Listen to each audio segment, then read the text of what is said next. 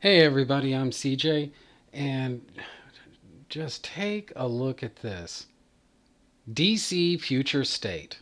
Discover the destiny of the DC Universe.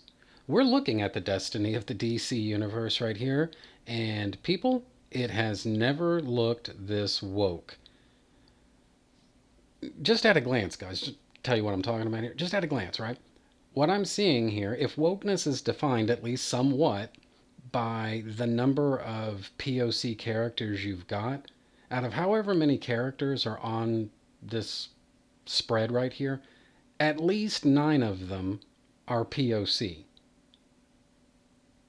Could be even more than that if aliens count as POC, but, anyways, it just boggles the imagination. Now, I'm operating on the assumption here that future state, or woke state, if you want, the basically future state, this is sort of like a stripped down, repackaged, and maybe somewhat rethought version of DC's original 5G concept. I don't think I can prove that. I haven't seen anyone come right out and say that. But what I think may have happened is somebody, some bean counter somewhere at DC Comics, said, well, guys, we've got a month or two or three of this 5G thing planned out, and a lot of that stuff is finished or can be finished relatively quickly and relatively cheaply. So why don't we just go ahead and roll that out as sort of like a 2 month long event and just see what the response is? Again, I can't prove that. I don't have any kind of like smoking gun evidence behind that, but it just seems awfully coincidental that this is so similar to the rumored 5G initiative that DC was allegedly going to push, at least at one point, that something so similar to that is coming along. It just seems a little too coincidental. Now, obviously, one of the key defining differences here is, again, could be wrong, but my understanding is that 5G, at the time that it was launched, that was going to be the new DC universe. That was going to be the new permanent ongoing status quo, and that basically all of the legacy characters were going to either get put out to pasture or more likely rolled over to some kind of DC black label type of thing and basically have less frequent publications. But that going forward, the monthly floppies that are coming out, those are all going to be the basically the newer, woker 5G versions of the characters. That was my understanding. And I don't, again, I mean, 5G was never officially announced, so we don't really know what would have happened. All we know is that that was the rumor, at least at one point. Whereas Woke State looks more like it's going to be a very brief, well, I can't say very brief, it's a 2 month long event. That's not brief. But in any case, this is going to be a relatively brief, sort of in and out kind of affair. And again, I can't help thinking that a big part of that comes down to economics, wanting to get some kind of return on the investment of having created, written, illustrated, and somewhat completed at least a few issues of what would have been 5G. It just seems a little too coincidental to me that something so similar is coming out right around the time, or not right around, not very long after, relatively speaking, 5G was originally supposed to have come out. So that's one issue right there. But another issue going on here is, I must say, a comic book company going woke has never looked this good before. Usually, when Marvel was really going woke, the the art tended to suffer correspondingly.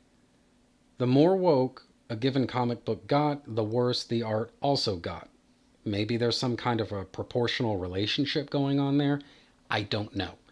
All I can tell you is that that is an that's a pretty easily observable phenomenon that happened at Marvel. I would say starting in arguably in 2015, but obviously kicking into high gear beginning in 2017.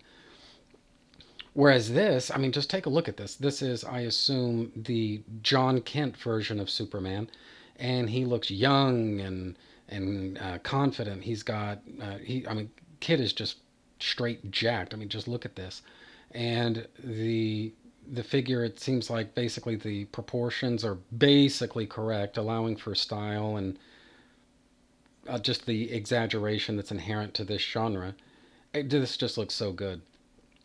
Same thing can be said for woke Flash person here. I don't know this character's name, but got the artificial legs going. I mean, how much more woke can you possibly get? She literally is disabled now, but that's not going to keep her down because yes, Queen. And it's just so weird that something this woke looks this good. It just kind of it sort of leads into this weird sort of cognitive dissonance where the wokeness kind of speaks for itself, and yet Wonder Woman here is just gorgeous to look at, you know. And kind of tellingly, she has a bat symbol on her belt, so I don't really know what that's about here. And but you know, there's nothing about this avoiding the male gaze and all that stuff. She looks beautiful and very idealized, you know, female form and all that. And I don't know. It's just it's very strange that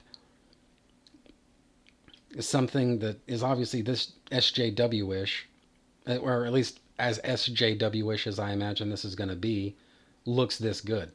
But if I can knock the art here, really about anything, it really comes down to Grifter. Like, what is it about this character that people seem to? It's like every artist everywhere wants to put him in the same kind of pose where he's in midair somehow or another. He's got his legs kind of scrunched up in front of him a little bit. He's shooting uh, he's shooting both blasters at the same time. I mean, he's kind of doing that same pose that Trinity did at the beginning of Matrix Reloaded, where she Superman's out of that building and then twists over in midair and falls back first to the ground, and she's blasting away at that agent who dove out the window after her because it's a movie and don't think about it too much.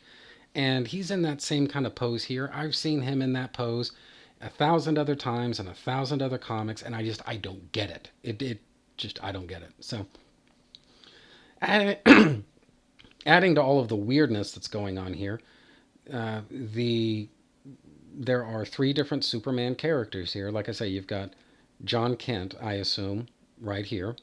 You've got Kal-El Superman right here. And then you've got Connor Kent Superman right here, because apparently he still has a fan base. Who knew? You've got two different Batmen, two different Wonder Women. Let's see, you've got, it looks like at least four different Batman related characters on this one piece of art. So you know what the focus of this thing is going to be. Just on and on and on. It's it's just it's such a strange thing that, like I say, something this woke looks this good. In fact, I actually think that we are officially at a time now where DC officially has better art than Marvel. And when you think about it, historically that's rarely ever been true, but it is definitely true right now. And oddly enough, this promotional art here is a pretty good example of what I'm talking about. So, I don't know, just this whole thing is just kind of odd and very strange, and what the fuck is going on, and I don't have any answers for you guys. I'm certainly not going to buy this tripe, but it's like at the end of the day, I have to ask, is this going to change anybody's mind? Is anybody at AT&T going to look at this and think, you know, golly, maybe we should keep DC Comics around a little while longer after all? I mean, I guess maybe it will, but I just doubt it, you know. But one of the kind of interesting things about all of the promotional art that we've seen so far is the use of colors. Now, if I've got one criticism of modern comics, and I don't, it's probably closer to 10,000, but if I had one criticism of modern comics, it would be the way that they use color.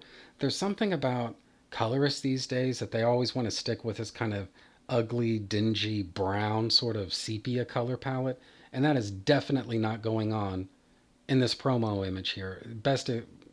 Probably the best example of what I mean is this background, this kind of nonsense light background here, and it actually look, guys, comics are a visual medium. Bright colors attract attention. So if you use bright colors in your comic book, odds are you're going to attract at least some kind of attention for at least some amount of time.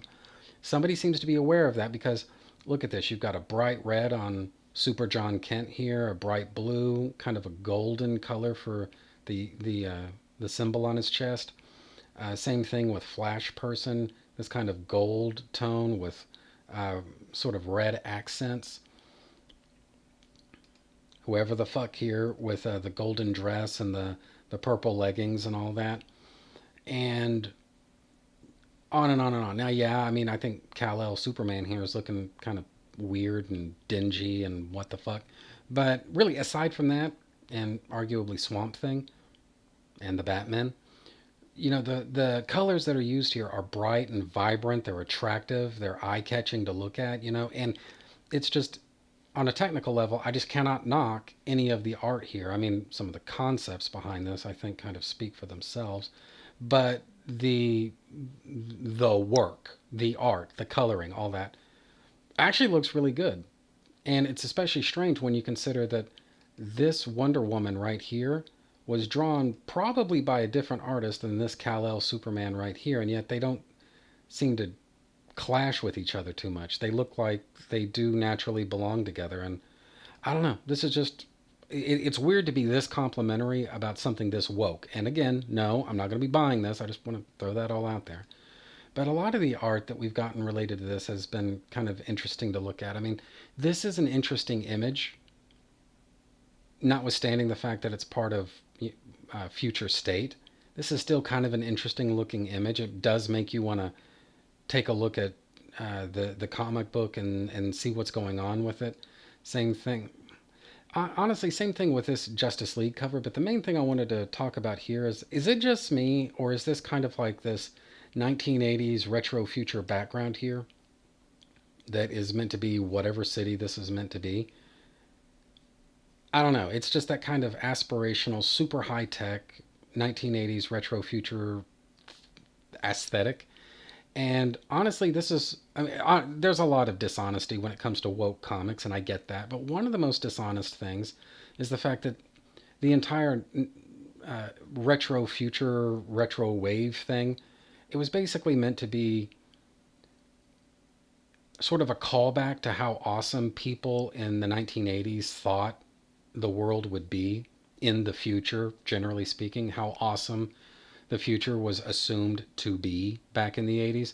And it's just, I look around these days and I see a bunch of people who are, if anything, living in fear of the future rather than looking forward to it. But back in the 80s, people looked forward to it, and that showed up in the futurism and the art of that time where the super high tech element of it really made people excited about what the future was going to be like. People were definitely looking forward to it, the future, in a kind of abstract sense. Whereas now, I don't think anyone's really looking forward to the future.